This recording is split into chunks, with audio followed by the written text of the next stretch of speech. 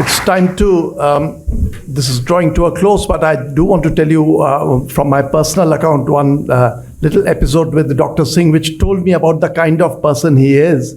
Just after I joined government, Oxford University Press was publishing a collection of my earlier writings.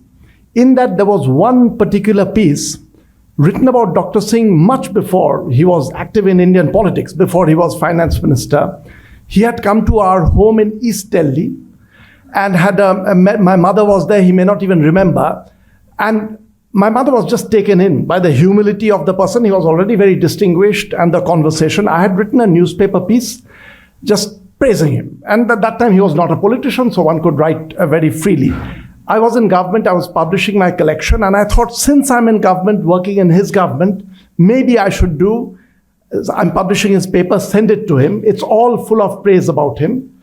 And he's a politician, he's going to say yes immediately, and Oxford University Press will publish it. Few days later, a response came saying that it would be too embarrassing for me if you publish this.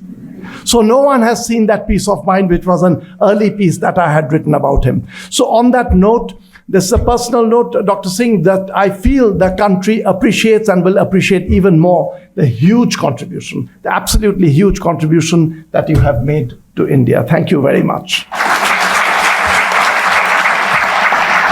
Thank you very much. But last but not least, I should mention that these volumes have taken this shape because of the tremendous encouragement and support I have received from my three daughters, Daman, Ikinder, Amrit.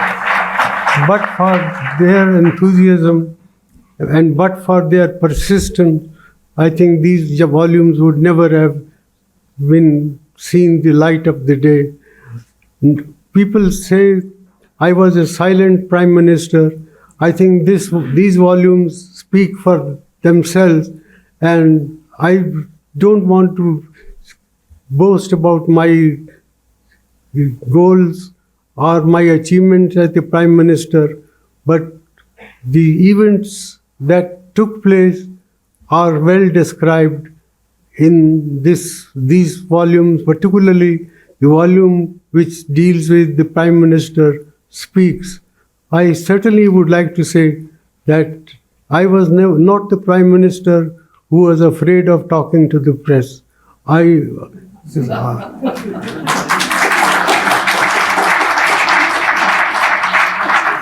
met the press regularly, and on every foreign trip that I undertook, I had a press conference on return in the plane or immediately after landing.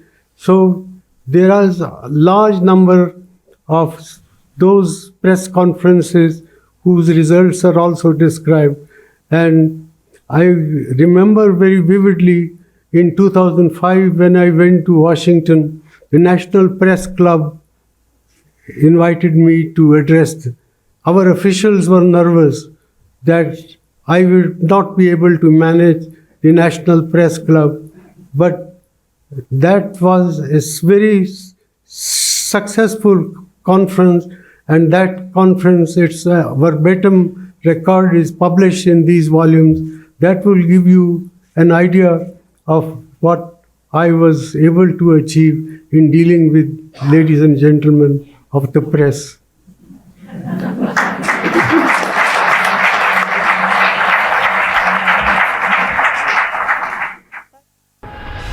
Stay ahead with our cutting-edge news app.